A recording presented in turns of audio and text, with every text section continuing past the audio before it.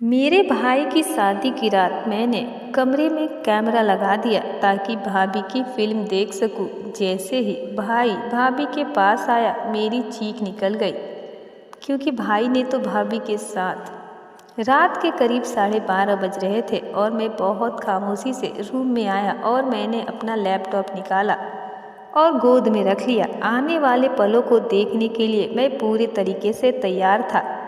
ये पल मेरे बड़े भाई की शादी की रात के पल थे, जिन्हें मैं देखने के लिए बेताब था और उन पलों को वीडियो रिकॉर्ड करने के लिए भी तैयार था कि अचानक मैंने लैपटॉप पर भाभी को भाई के साथ कुछ ऐसी हरकत करते हुए देखा कि मैं सब कुछ छोड़ छाड़ कर भाई और भाभी के कमरे की तरफ भागा। भाभी भाई का वैसे तो सब कुछ ठीक था, पूरे घर वाले खुश थे क्योंकि मेरे बड़े भाई की शादी थी। लेकिन अगर इस घर में कोई खुश नहीं था तो वो था मैं अपनी परेशानी को छुपाने की बहुत कोशिश कर रहा था, लेकिन मैं खुद ब खुद चिड़चिड़ा होता जा रहा था और मैं बिना वजह चीज़ों को तोड़ फोड़ कर रहा था। लेकिन मेरी इस तोड़ फोड़ का कोई भी फायदा नहीं हुआ और फालतू में मैंने अपने ही कमरे का नुकसान किया था। बाहर तक मेरी कोई आवाज़ ही नहीं जा रही थी, क्योंकि बाहर तो बहुत हंगामा था मेरे बड़े भाई की शादी को लेकर और पूरा खानदान इकट्ठा था। काफ़ी दिनों से हमारे घर में किसी का ध्यान मुझ पर नहीं था, सब मेरे बड़े भाई के शादी पर ध्यान था और पूरे घर में उन्हीं की बातें चल रही थी। मेरे बड़े भाई से मुझे शुरू से नफरत थी, न जाने क्यों। ये नफरत इतनी होनी नहीं चाहिए थी, वो मेरा सगा भाई था, लेकिन फिर वो मुझे अच्छा नहीं लगता था। अपने गुस्से की वजह से इस घर में मेरे बड़े भाई की सुनी जाती थी। जो वो बोलता था घर में वही होता था। मेरे बड़े भाई का ऑर्डर आखिरी ऑर्डर होता था। हम सब घर वालों को कोई इस ऑर्डर को पूरा ही करना होता था। अगर कहा जाए कि माँ बाबा को अपनी औलाद में सबसे ज़्यादा प्यारे मेरे बड़े भाई से मोहब्बत थी तो ये कहना गलत नहीं होगा। हालांकि मैं छोटा बेटा था और छोटा बेटा लाडला होता है, लेकिन यहाँ तो गंगा उल्टी बह रही थी।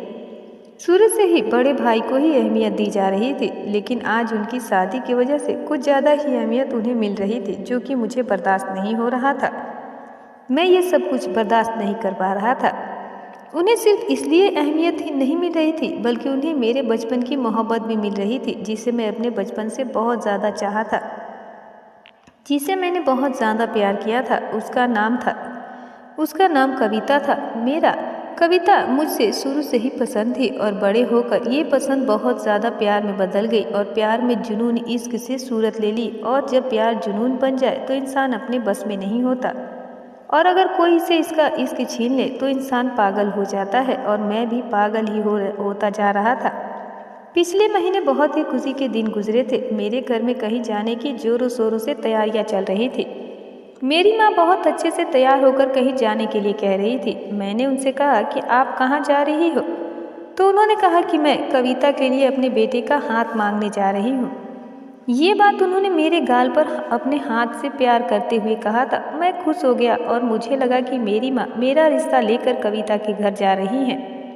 मैं समझ के मेरे बाबा से मेरे रिश्ता लेकर गए हैं कविता के घर। लेकिन मेरे सर पर धमाका तब हुआ जब मुझे मालूम हुआ कि कविता से मेरी नहीं, मेरे बड़े भाई का रिश्ता तय हुआ है। तो मैं अपनी माँ के पास गया और मैंने उनसे कहा कि आपने ये क्या कर दिया।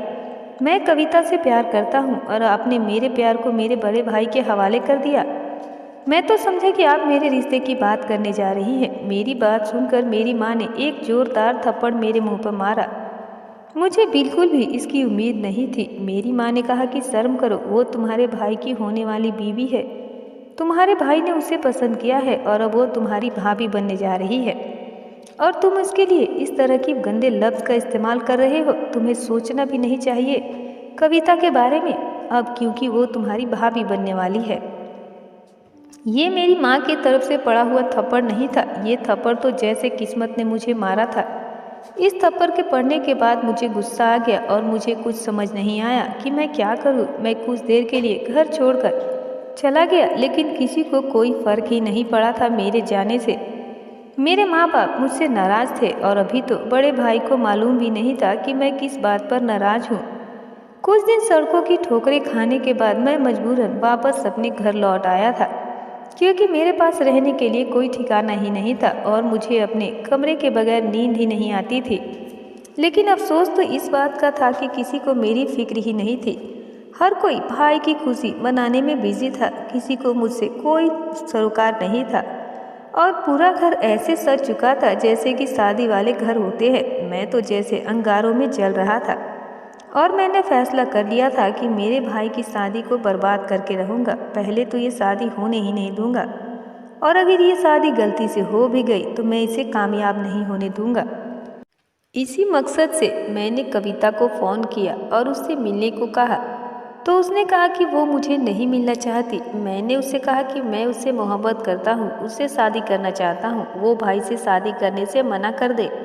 लेकिन जवाब में कविता ने मुझे जो कहा उसे सुनकर मेरे होश उड़ गए। कविता ने कहा कि तुम्हारी औकात ही क्या है तुम्हारे बड़े भाई के सामने। तुम्हारे बड़े भाई की बहुत अच्छी नौकरी है, उनके पास गाड़ी है, वो एक मेहनती इंसान है और मुझे पसंद है। मैं बहुत खुश हूँ इस रिश्ते से। और तुम क्या, अपने बड़े भाई के आगे दिन रात आवारागर्दी करना तुम्हारा काम है। ना तुम पढ़ाई कर सके, ना कोई मेहनत करते हो और बात करते हो मुझसे शादी करने की। मुझ जैसी लड़की से शादी करने के लिए तुम्हें पहले मेरे लायक बनना पड़ेगा। लेकिन अफसोस की बात है कि अब तुम्हारी किसी मेहनत का कोई फ़ायदा नहीं है, अब वक्त गुजर चुका है।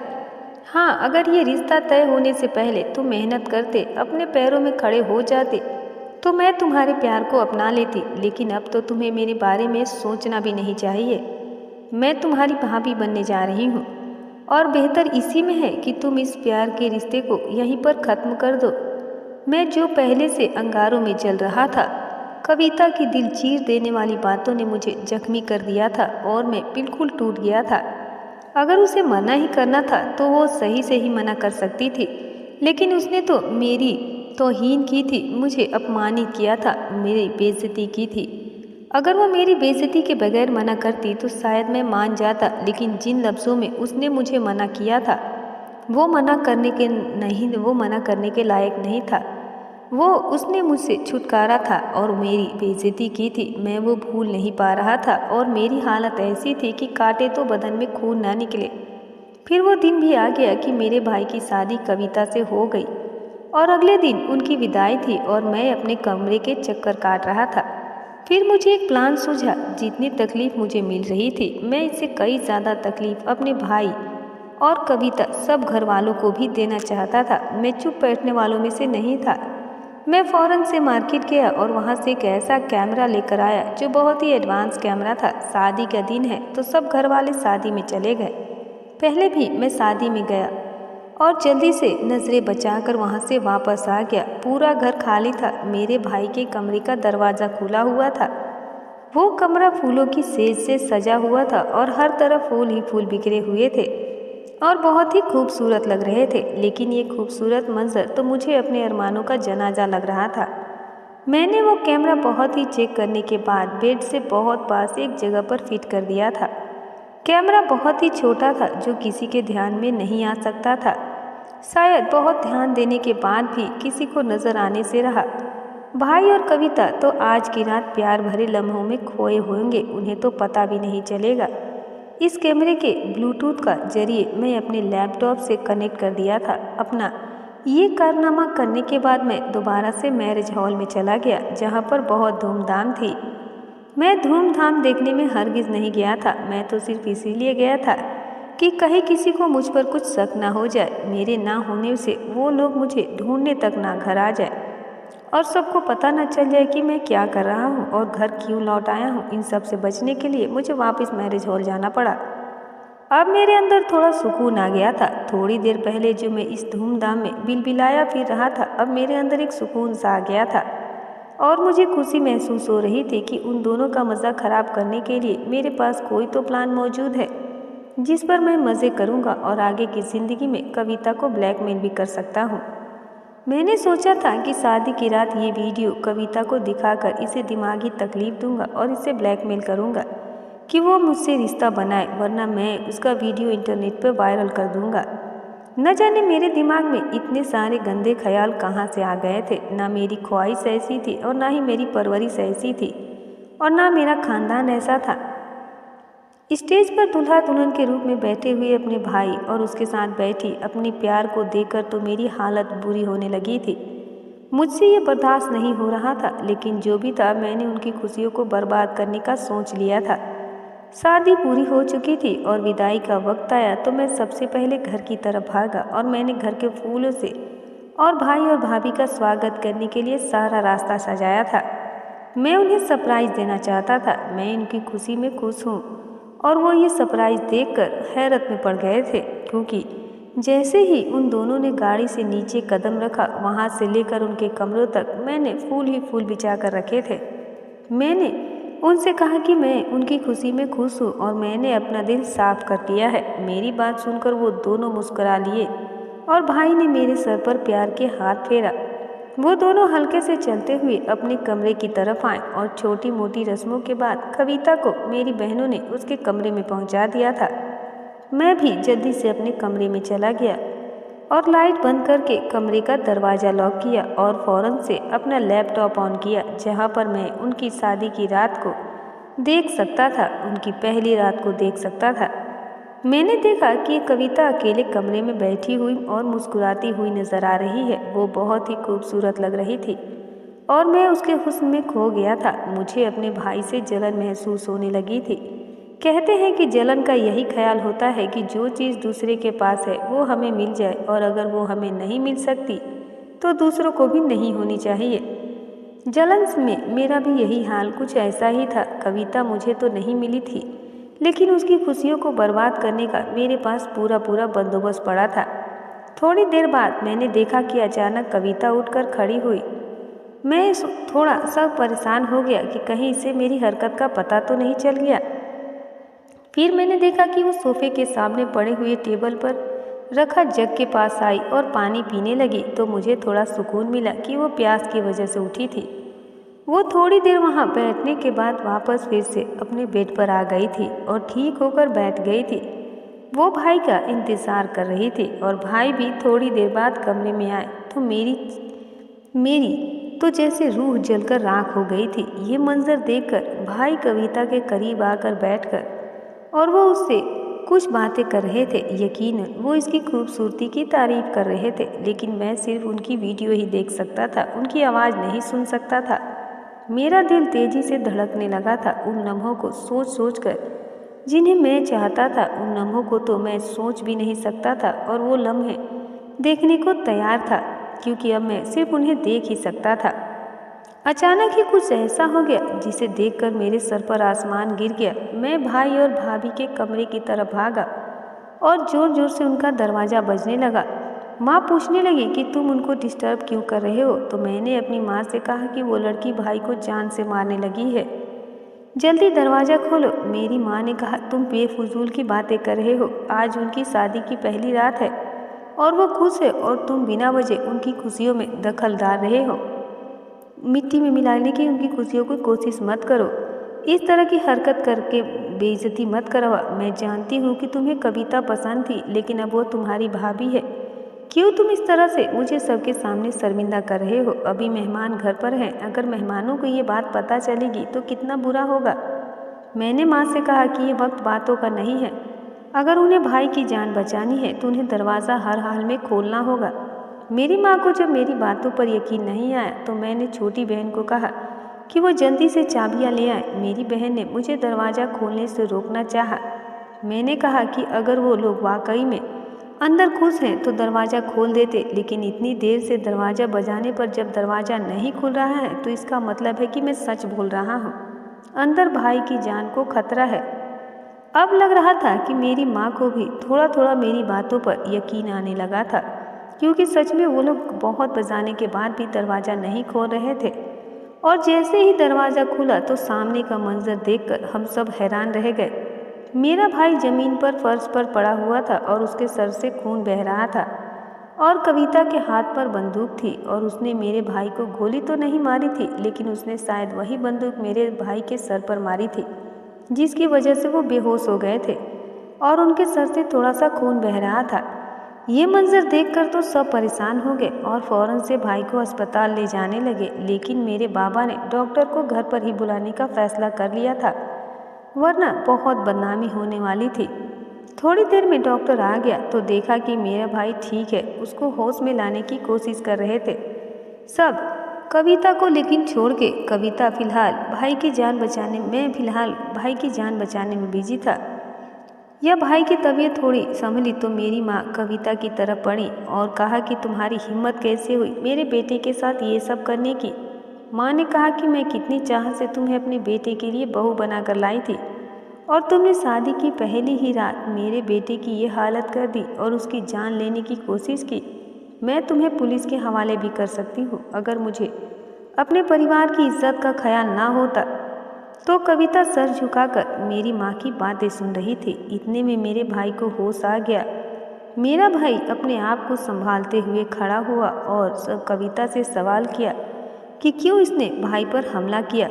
सब कविता से सवाल कर रहे थे लेकिन कविता तो ऐसे सर झुकाए बैठी थी कि जिसको अपने आप इस हरकत पर शर्मिंदगी थी और ना ही इसके पास सवालों के कोई जवाब थे। मेरी माँ ने कहा कि मुझे परिवार की इज्जत से ज़्यादा अपने बेटे की जान प्यारी है और बेहतरी इसी में है कि इस लड़की को जेल के सलाखों के पीछे भेज दो इससे पहले कि ये मेरे घर को बर्बाद कर दे। मुझे परवाह नहीं है कि किसी भी चीज़ की कि मैं अभी पुलिस को फ़ोन करती हूँ। मेरी माँ ने अपना फ़ोन उठाया तो कविता चीख पड़ी और कहने लगी कि ये सब मैंने आपके परिवार की इज्जत बचाने के लिए ही किया है। अगर मैं ये सब ना करती तो आज आप किसी को मुंह दिखाने के काबिल नहीं रहती और आपका सारा परिवार जलील और शर्मिंदा होकर रह जाता, खासकर आपका ही बेटा जो आज दूल्हा बनकर अपनी ज़िंदगी की नई शुरुआत करने वाला था। इसे क्या मालूम है कि इसकी ज़िंदगी आज बर्बाद हो जाती। मेरी नज़र पानी पीते वक्त इस कमरे में लगे इस खुफिया कैमरे पर ना पड़ती तो ऐसा कहकर कविता जोर से उठी और वहां जाकर मैंने कैमरा फिट किया था। उसने वहां से कैमरा खींचकर उतारा और सबके सामने फेंक दिया। सब घर वाले कैमरे को देखकर हैरान थे। किसी की आवाज़ नहीं निकली थी कि कौन ये हरकत कर सकता है। मेरे बाबा ने फौरन से मेरे बड़े भाई की तरफ देखा और कहा कि क्या तुमने ये हरकत की है? बहुत सारे लोग शादी की पहली रात को यादगार बनाने के लिए वीडियो बनाते हैं, क्या ये हरकत तुम्हारी है?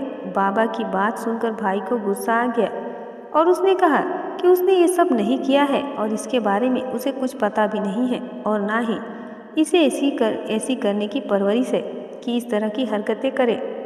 मेरी तो ये हालत थी कि दिल कर रहा था कि चिंता जमीन में ही घर जाऊं।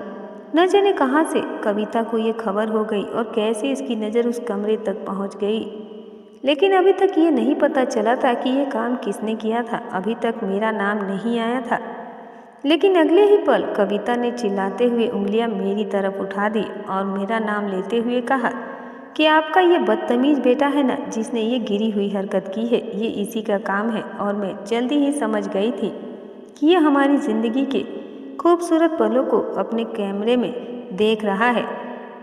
इसी ने ही ये कैमरा लगाया है, क्योंकि मैरिज हॉल में मैंने नोट किया था कि ये थोड़ी देर के लिए गायब हो गया था और काफ़ी देर तक गायब रहा, फिर अचानक से वापस आ गया था। शायद किसी ने ये बात नहीं नोट की थी, लेकिन मैंने ये बात नोट कर ली थी और मैं समझ गई थी कि ये अपनी यही कार्यस्थानी को अंजाम देने के लिए घर आया था। मैं डर तो बहुत रहा था, लेकिन मैं कविता पर गुस्सा करते हुए कहा कि तुम झूठ बोल रही हो, मुझ पर झूठा इल्ज़ाम लगा रही हो। तुम्हारे पास क्या सबूत है कि ये सब मैंने किया है? मेरी बात पर कविता ने कहा कि आई, आप सब मेरे साथ इस कमरे में चले, सब दूध का दूध और पानी का पानी किए देती हूँ और सबको अब पता चल जाएगा। कविता काफ़ी रफ्तार से मेरे कमरे की तरफ बढ़ी थी और उसके पीछे मेरे बाबा भी आने लगे और मेरी तो जैसे दुनिया ही बर्बाद होने जा रही थी, क्योंकि कमरे में मेरा लैपटॉप खुला पड़ा था। मैंने उसका रास्ता रोकना चाहा, लेकिन वो लोग नहीं रुके और कविता तेजी से मेरे कमरे में चली आई, जहाँ लैपटॉप को खुला देखकर सब हैरत में पड़ गए। जहाँ पर भाई के कमरे की तस्वीर थी, सबसे पहला तमाचा मेरे बाबा की तरफ से मुझे पड़ा था और फिर मेरी माँ ने भी मुझे थप्पड़ मारा और फिर वो दोनों मुझे मारते ही रहे और मुझे बचाने वाला वहाँ पर कोई नहीं था। मेरे सब घर वाले मेरा तमाशा देख रहे थे और शायद सब यही चाहते थे कि मेरे बाबा मुझे जान से मार डाले। मेरे बाबा ने कहा कि दिल तो करता है कि तुझे जान से मार दूँ, लेकिन तू मेरी औलाद है, काश कि तुम मेरे बेटे ना होते तो इस वक्त जिंदा ना होते। मेरे बाबा की बात सुनकर कविता चीख पड़ी कि क्या मैं किसी की बेटी नहीं हूँ? क्या मैं आपकी और अपने माँ बाप की और आपके बेटे की इज्जत नहीं हो जिसको ये खत में मिलने जा रहा था, खेत में मिलने जा रहा था, और अभी आप इसको माफ़ करने के लिए तैयार हैं। कविता की बात पर मेरे बाबा खामोश हो गए थे। ऐसी सिचुएशन पैदा हो गई थी कि किसी को कुछ समझ नहीं आ रहा था और मेरी ऐसी हालत थी कि अब मैं जिंदा नहीं रह सकता था। मैं फ़ोन से भाई के कमरे की तरफ भागा। मेरे पीछे कोई नहीं आया, लेकिन मेरी बहन आ गई। वो समझ गई थी कि मैं क्या करने जा रहा हूँ। कविता के हाथ में थोड़ी देर पहले जो बंदूक थी, इसको मैंने उठाया और अपनी कनपट्टी पर रखा और एक जोरदार आवाज़ निकली गोली की। लेकिन मेरी बहन ने मुझसे बंदूक छीन ली थी और गोली सीधा दीवार पर जाकर लगी थी और सब भागते हुए वहाँ आ गए। तो मैंने कहा कि मैं अपने आप को मारना चाहता हूँ। मेरे लिए अब जिंदगी का कोई मतलब नहीं है। मैं शैतान के बहकावे में आ गया था, लेकिन मुझे ये नहीं मालूम था कि मैं अपने ही घर वालों की नज़र में गिर जाऊंगा। मुझे पता है कि आप सब लोग मुझे माफ़ नहीं करेंगे, लेकिन मैं अब इस शर्मिंदगी के साथ सारी ज़िंदगी जिंदा नहीं रह सकता। बेहतर इसी में है कि मुझे मरने दे। मैं बहुत से मुश्किलों से मेरे कुछ रिश्तेदारों ने मुझे रोका। भाई शायद कविता को हर बात बताया करते थे। उनकी फ़ोन पर बात होती थी और भाई ने ये भी बताया था कि उनकी साइड टेबल पर उनकी बंदूक पड़ी होती है। इसीलिए कविता ने मेरे भाई को गोली तो नहीं मारी, लेकिन जानबूझकर उनके सर पर हमला किया था। वो भी थोड़ा सा था कि मैं ये देखकर फ़ौरन से वहाँ से आ जाऊँ। जब मैं वीडियो देख रहा था तो कविता ने भाई के कनपट्टी पर बंदूक तानी हुई थी, लेकिन दरवाज़ा खटखटाने पर जल्दी में उसने भाई के सर पर हल्का सा वार किया था। सारी खुशी मिट्टी में मिल चुकी थी। सबके दिल उदास थे और कुछ दिन यूं ही गुजर गए। मेरा एक कज़न हर वक्त मेरे साथ रहता था कि कहीं मैं अपने आप को जान से ना मार दूं। फिर मेरे इसी कज़न ने मुझे कहा कि तुमसे गलती हो गई है, लेकिन अब यही सही है कि तुम ये शहर छोड़कर चले जाओ। खुदकुशी परेशानियों का हल नहीं होती। जो पाप तुमने किया है उसके लिए तो शायद माफ़ी मांगने पर भी तुम्हें माफ़ी मिल जाए, लेकिन खुदकुशी का कोई माफ़ी नहीं है। तुमने आखिर खुदकुशी कर ली तो सीधा नरक में चले जाओगे। वो कहते हैं ना कि आप ये सोचा कि मर जाएंगे, मर कभी चैन नहीं पाए तो किधर जाएंगे। और तुम यहाँ से भागने के लिए इस जहाँ से तो जाना चाहते हो, लेकिन अगले जहाँ का सामना कैसे करोगे। बेहतर होगा कि तुम अपने पापों की माफ़ी मांगो। हो सकता है कि वो तुम्हारे लिए अच्छा साबित हो। मैं बाहर मुल्क चला गया और आज इस किस्से को 3 साल हो चुके हैं और 3 साल से मैं लंदन में हूँ और मेरा घर वालों से कोई कांटेक्ट नहीं है। मैं किसी के साथ कांटेक्ट रखना ही नहीं चाहता, क्योंकि मुझे अभी मुझ में हिम्मत नहीं है मैं अपने घर वालों का सामना कर सकूं। तो दोस्तों, अगर आपको वीडियो पसंद आई हो, कहानी पसंद आई हो, तो वीडियो को लाइक करना ना भूलें। चैनल पर नए हैं तो चैनल को सब्सक्राइब ज़रूर कर दीजिएगा। फिर मिलते हैं कल एक नए वीडियो में। तब तक अपना और अपनों का ख्याल रखें।